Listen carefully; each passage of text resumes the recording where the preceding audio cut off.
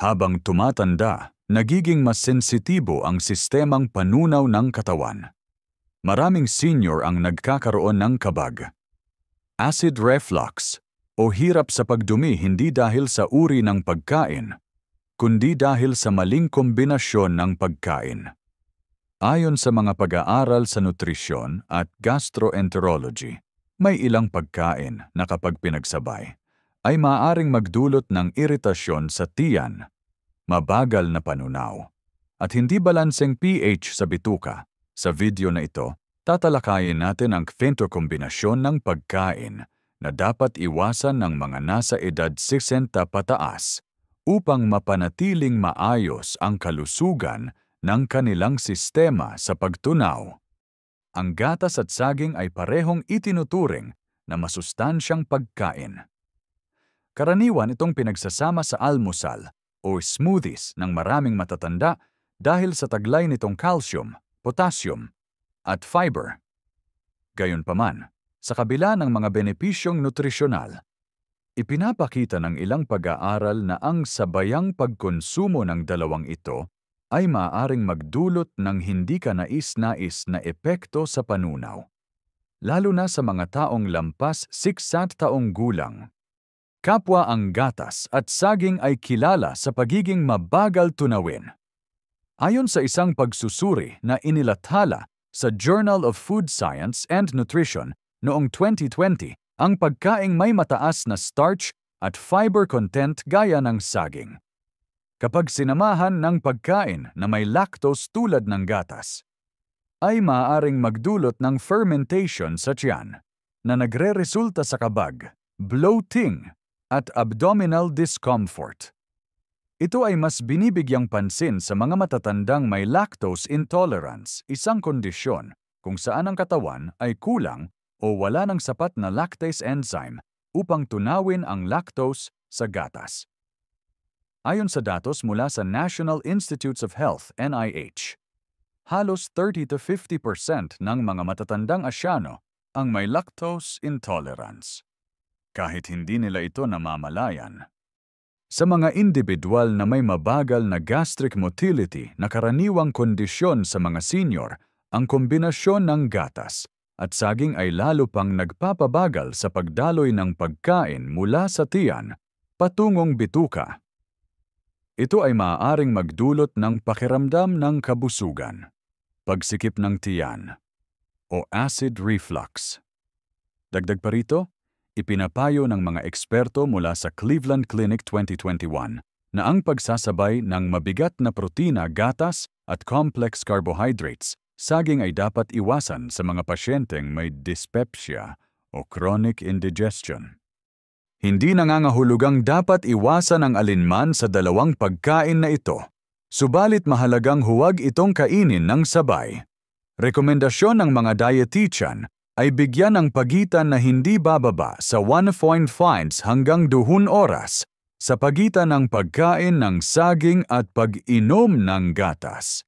Sa ganitong paraan, mas nagkakaroon ng sapat na oras ang katawan upang tunawin ang bawat pagkain ng hiwalay, nang hindi nagdudulot ng overload sa sistemang panunaw. Sa kabuuan, bagamat parehong masustansya ang gatas at saging, ang kanilang pinagsamang pagkonsumo ay maaaring magdulot ng hindi kanais-nais na epekto sa digestive health ng mga seniors. Ang simpleng pagsasaayos ng timing sa pagkain ay makatutulong upang maiwasan ang discomfort at mapanatili ang maayos na panunaw sa pagtanda. Ang prutas ay mahalagang bahagi ng isang balanseng dieta para sa mga senior. Taglay nito ang mahahalagang bitamina, antioxidants, at natural na fiber na nakatutulong sa regular na pagdumi at pangkalahatang kalusugan.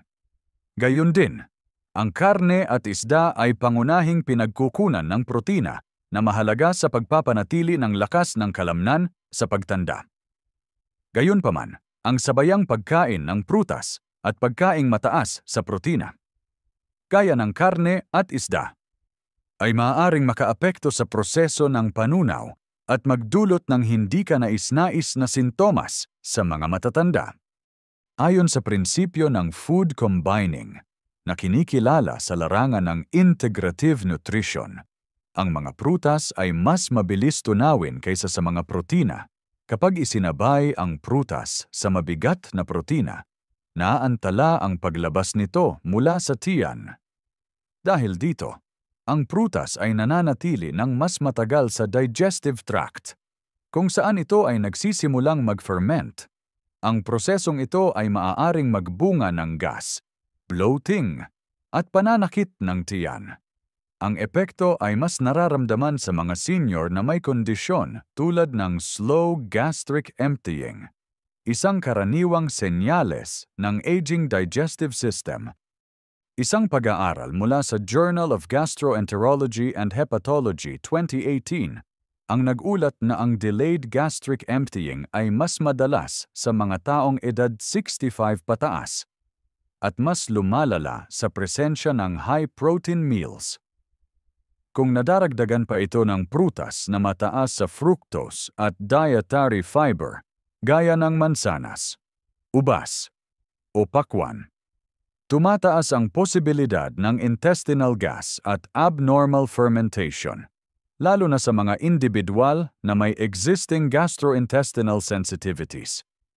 Dagdag pa rito, ang ilang prutas tulad ng pinya at papaya ay may mga enzyme gaya ng bromelain at papain na maaaring makaapekto sa digestion ng protina. Bagaman sa ilang kaso ito ay nakatutulong. Kapag isinabay sa high-heat cooked meat, maaaring magkaroon ng interaction na nagpapabagal sa protein breakdown, ayon sa ulat ng Institute of Food Science and Technology 2020. Ang resulta mabigat na pakiramdam sa tiyan, hindi kumpletong panunaw, at posibleng acid reflux. Para sa mga senior, inirerekomenda ng mga registered dietitians na ang prutas ay kainin ng mag-isa sa pagitan ng mga pangunahing pagkain o 30 to 60 minuto bago ang main meal. Sa ganitong paraan, mas mabilis itong natutunaw at hindi naiipit sa tiyan habang dumaraan ang mas mabigat na pagkain. Iwasan ding gamitin ang prutas bilang dessert agad pagkatapos ng meat-based meal, lalo na kung ito ay citrus fruits na may mataas na acidity. Sa kabuuan, bagamat parehong mahalaga sa kalusugan ang prutas at karne o isda, ang tamang timing at pagkakasunod ng pagkain ay may malaking epekto sa digestive comfort ng mga matatanda. Ang pag-unawa sa tamang kombinasyon ay hindi lamang nakatutulong sa pag-iwas sa kabag, kundi nakapagpapabuti rin sa nutrient absorption at pangkalahatang kaginhawaan sa pagtunaw. Ang kamatis ay isa sa mga pinaka-popular na sangkap sa lutuing Pilipino at international. Ito ay mayaman sa lycopene, vitamin C at antioxidants. Samantala, ang mga pagkaing mataas sa starch tulad ng kanin, tinapay, at pasta ay pangunahing pinagkukunan ng enerhiya, lalo na sa pang-araw-araw na dieta ng mga senior. Gayunman, ang sabayang pagkain ng kamatis at starchy carbohydrates ay maaaring magdulot ng hindi balanseng panunaw, lalo na sa mga matatandang may problema sa acid regulation ng tiyan. Ayon sa American Journal of Gastroenterology 2018, ang kamatis ay isang natural acidic food. May pH level na humigit kumulang 4.3 na maaaring magpalala ng gastroesophageal reflux disease GERD. O acid reflux, isang karaniwang kondisyon sa mga taong higit sa 60 taong gulang. Kapag isinabay ito sa starch-rich foods, mas tumataas ang acid production ng tiyan upang tunawin ang parehong sangkap, na maaaring magdulot ng kabag, heartburn, o pakiramdam ng bigat sa tiyan. Ang digestive process ng carbohydrates ay nagsisimula pa lamang sa bibig sa pamamagitan ng enzyme na amylase, at karaniwang tumatagal ng mas mabilis kaysa sa acidic foods. Subalit, Ayon sa pananaliksik ng Digestive Health Institute 2020, kapag ang mataas na acidity ng pagkain tulad ng kamatis ay humalo sa starch, maaari nitong in-neutralize o pigilan ang enzyme activity na nagiging sanhi ng hindi ganap na panunaw ng carbohydrate. Ang resulta ay fermentation sa bituka, na maaaring magdulot ng gas at abdominal discomfort, lalo na sa mga individual na may mahinang digestive function.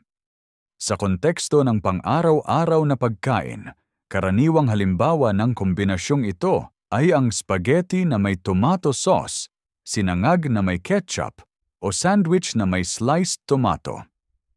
Para sa mga taong walang isyu sa panunaw, maaaring hindi ito problema. Ngunit sa mga senior na may hiatal hernia, slower gastric emptying, o chronic indigestion, ang ganitong kombinasyon ay maaaring magpalala sa sintomas ng kanilang kondisyon.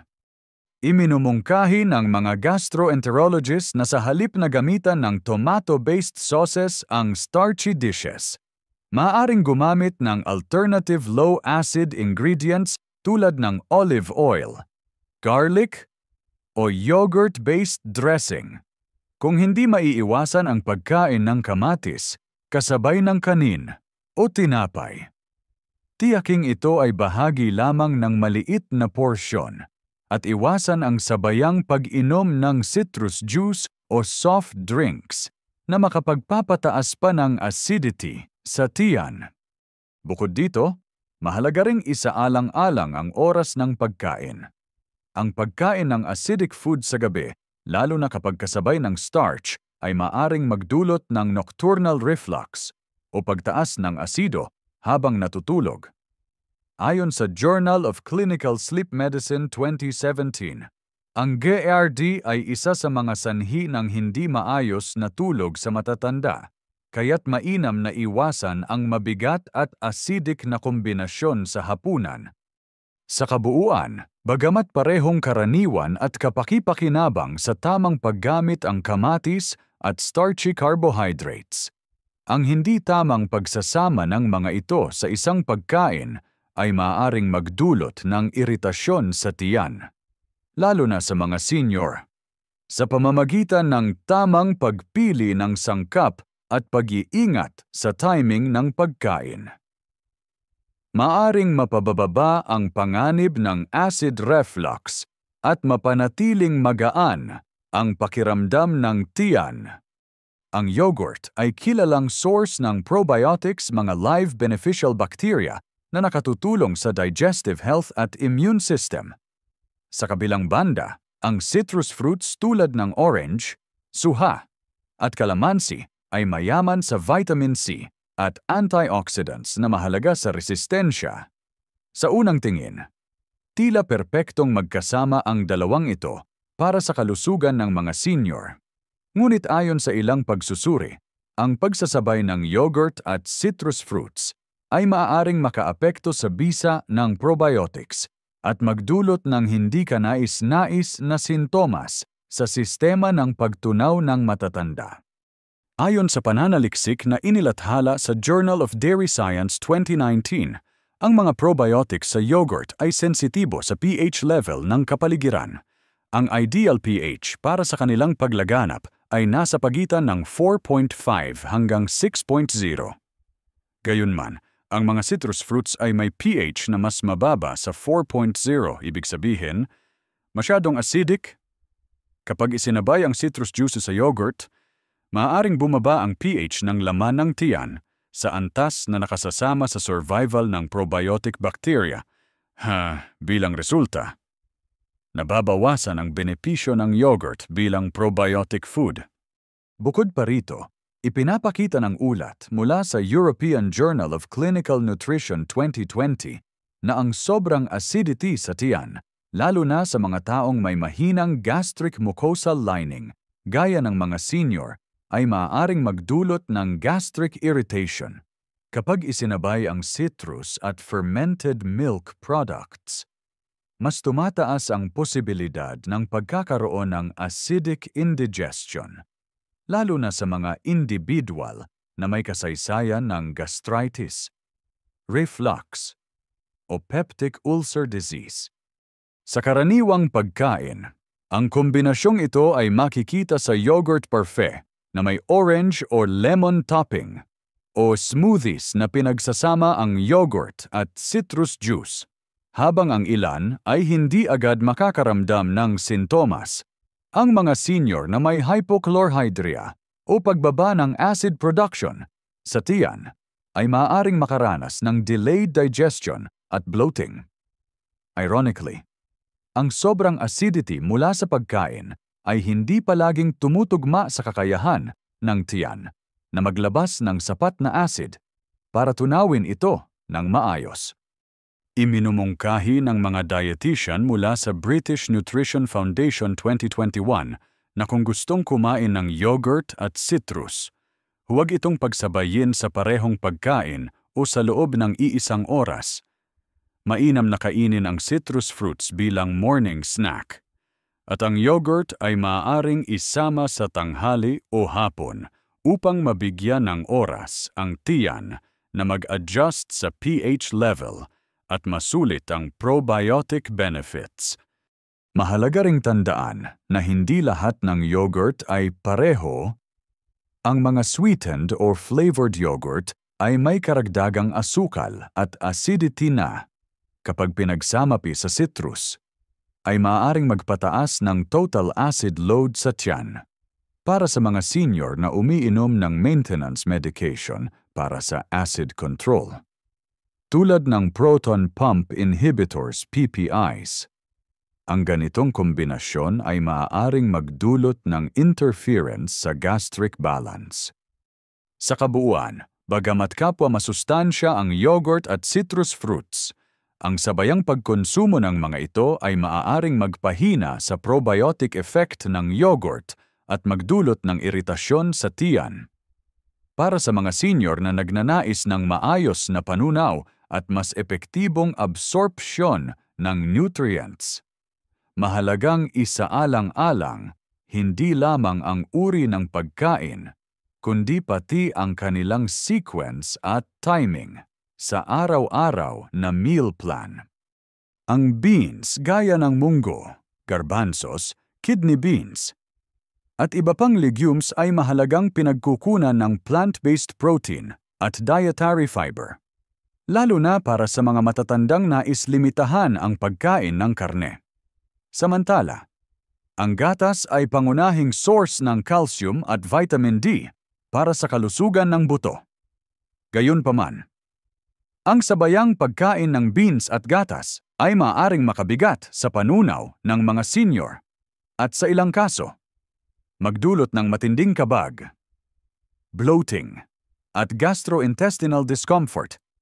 Ayon sa National Institute on Aging 2021, habang tumatanda, dumarami ang bilang ng mga taong nagkakaroon ng lactose intolerance, isang kondisyon kung saan nababawasan ang kakayahan ng katawan na tunawin ang lactose, ang pangunahing asukal sa gatas. Kapag hindi natunaw ng maayos ang lactose, ito'y dumaraan sa bituka kung saan ito nai-ferment ng bakterya. Nagre-resulta sa gas, kabag, at minsan ay diarrhea. Samantala, ang beans ay kilala sa taglay nitong oligosaccharides, partikular ang raffinose at stachyose, na hindi natutunaw sa tiyan ng tao dahil wala tayong sapat na enzyme alpha-galactosidase para iproseso ito. Kapag umabot ito sa colon, ito ay sinisira ng gut bacteria na naglalabas ng hydrogen, methane, at carbon dioxide na siyang sanhi ng kabag at utot. Ayon sa pananaliksik na inilathala sa Nutrition Research Reviews 2020, ang fermentation ng oligosaccharides ay isa sa mga pangunahing sanhi ng gastrointestinal discomfort sa mga matatandang may mabagal na colon transit time. Kapag pinagsama ang beans at gatas sa isang pagkain, nadodoble ang demand sa sistema ng pagtunaw Ang dalawang ito ay magkaibang uri ng difficult-to-digest carbohydrates. At kapag isinabay, lalong bumabagal ang gastric emptying sa mga senior na may kondisyon gaya ng functional dyspepsia, irritable bowel syndrome IBS, o gastrointestinal sensitivity. Mas nagiging malinaw ang epekto kabusugan kahit kaunti lang ang kinain. Pakiramdam ng paninikip sa tiyan at hindi komportableng pagdumi. Karaniwang halimbawa ng kombinasyong ito ay ang pagkaing gaya ng ginataang munggo, bean porridge na sinasamahan ng gatas, o milk-based dessert na may legume content. Bagamat ito'y paboritong bahagi ng ilang tradisyonal na lutuin, maaring hindi ito angkop para sa araw-araw na konsumo ng mga taong higit 60 taong gulang. Iminumungkahi ng mga eksperto mula sa Cleveland Clinic 2019 na kung nais isama ang parehong pagkain sa diet, bigyan ng sapat na oras na pagitan hindi bababa sa 2 oras sa pagitan ng pagkain ng beans at pag-inom ng gatas. Isa pang alternatibo ay ang paggamit ng lactose-free milk o plant-based milk tulad ng almond o soy milk. Bagaman ang soy milk ay dapat ding i-moderate kung may issue sa hormone sensitivity. Dagdag pa rito, ang pre-soaking at tamang pagluluto ng beans ay makatutulong upang mabawasan ang oligosaccharides content. Ayon sa Food Chemistry Journal 2018, ang pagbabad ng beans ng hindi bababa sa 8 oras at pagtatapon ng unang pinakuluang tubig ay nakatutulong magpababa ng fermentable sugars ng hanggang 30–40%. Sa kabuuan, bagamat parehong makabuluhang sangkap ng balanced diet ang beans at gatas, ang sabayang pagkonsumo ng mga ito ay dapat iwasan ng mga matatanda upang hindi maapektuhan ang kanilang panunaw. Sa pamamagitan ng tamang timing, maingat na food preparation, at pag-unawa sa digestive limitations ng katawan sa pagtanda, maaring mapanatiling maayos ang kalusugan ng tiyan at bituka sa pangmatagalan. Habang tumatanda, mas nagiging sensitibo ang ating sistemang panunaw. Hindi sapat na alam natin kung alin ang masustansya, mahalaga ring unawain kung paano natin ito kinakain at kung anong pagkain ang hindi dapat pagsamahin. Gaya ng tinalakay sa video na ito, may ilang kombinasyon ng pagkain na maaaring makasama sa tiyan ng mga seniors, kahit pa ang bawat isa sa mga ito ay mukhang mabuti sa kalusugan kung hiwalay na kinokonsumo. Sa pamamagitan ng tamang timing, moderasyon, at kaalaman sa food compatibility, maiiwasan ang kabag, acid reflux, fermentation, at iba pang sintomas na madalas ipinalalagay na normal sa edad, ngunit sa totoo ay maaaring maiwasan kung tama ang mga kombinasyon ng pagkain. Ugaliing obserbahan ang reaksyon ng katawan at kumonsulta sa doktor o dietitian kung madalas makaranas ng panunaw na hindi komportable. Kung sa tingin mo ay nakatulong ang video na ito sa iyong pang-araw-araw na kalusugan, i-like at i-share ito sa iyong mga kaibigan o kamag-anak na senior. Huwag ding kalimutang mag-subscribe sa aming channel para sa mas marami pang scientific at practical na gabay sa healthy aging. Ang kaalaman ay bahagi ng pangangalaga at ang tamang impormasyon ay hakbang tungo sa mas maginhawang buhay sa senior years.